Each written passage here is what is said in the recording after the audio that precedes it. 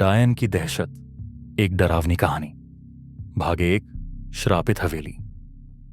गांव के बुजुर्गों की मान्यता थी कि पीपल के उस पुराने पेड़ पर निशा नाम की एक डायन का साया है।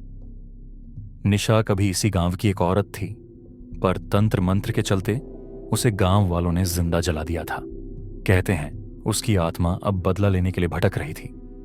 गांव के कोने पर वीरान ठाकुर हवेली थी, जिसे कोई छूने की हिम्मत नहीं करता था। एक दिन 4 दोस्त अजय, रोहित, सीमा और नेहा उसे देखने चले गए। अंदर दाखिल होते ही दरवाजे अपने आप बंद हो गए। हवेली के अंधेरे में अचानक लाल आंखों वाली एक परछाई दिखी। अचानक नेहा हवा में उड़ गई और जोर जोर से चीखने लगी। उसकी आंखें काली हो गईं और शरीर अकड़ने लगा। सीमा बेहोश हो गई। अजय और रोहित डर के मारे कांपने लगे। तभी गूंजता हुआ ठहाका सुनाई दिया। तुम सब मुझसे बच नहीं सकते। अजय ने साहस जुटाकर गंगाजल छिड़का, पर निशा हंस पड़ी। ये मुझ पर असर नहीं करेगा। तभी अचानक एक पुजारी वहां पहुंचा और मंत्रों का जाप करने लगा।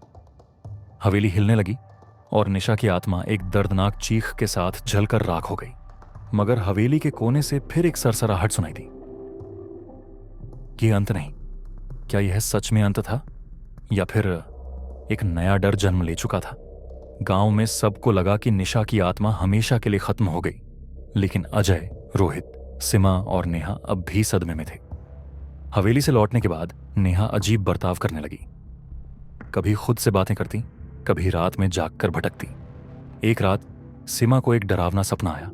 नेहा खून से लथपथ थी, उसकी आंखें काली हो गई थीं और वह धीरे धीरे उसकी तरफ बढ़ रही थी। सीमा चीख पड़ी और हड़बड़ाकर उठ गई। अगली सुबह नेहा गांव के पीपल के पेड़ के पास अकेले खड़ी थी, बिना पलक झपकाए। जब अजय ने उसे आवाज दी तो उसने धीरे से कहा, मैं लौट आई हूं। फिर उसने मुड़कर अजय को देखा। उसकी आंखें जलती हुई लाल थीं। रोहित दौड़ता हुआ पुजारी को बुलाने गया, लेकिन जब तक वह लौटा नेहा हवा में उड़ चुकी थी। एक डरावनी हंसी पूरे गांव में गूंज उठी। मुझे जलाने की कोशिश की थी ना, अब मेरी बारी है। गांव वालों ने मंदिर में हवन रखवाया, लेकिन जैसे ही पूजा शुरू हुई तेज आंधी चलने लगी।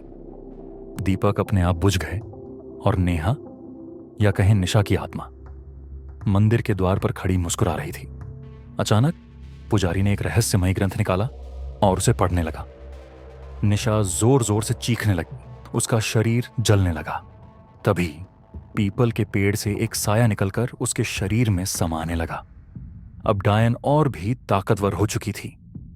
क्या कोई इस डरावनी आत्मा को रोक पाएगा, या फिर यह गांव हमेशा के लिए श्रापित हो चुका था? अगला भाग जारी रहेगा।